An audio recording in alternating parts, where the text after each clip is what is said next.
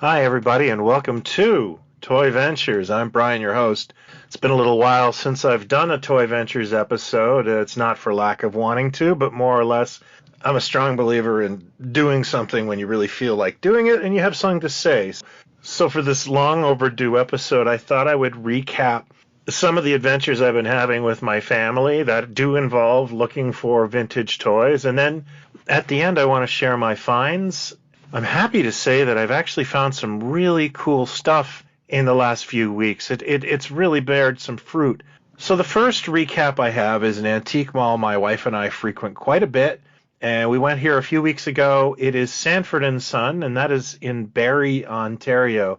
And they had added some really interesting new dealers, a lot of vintage toys, including bootleg toys. So let me show you what I saw.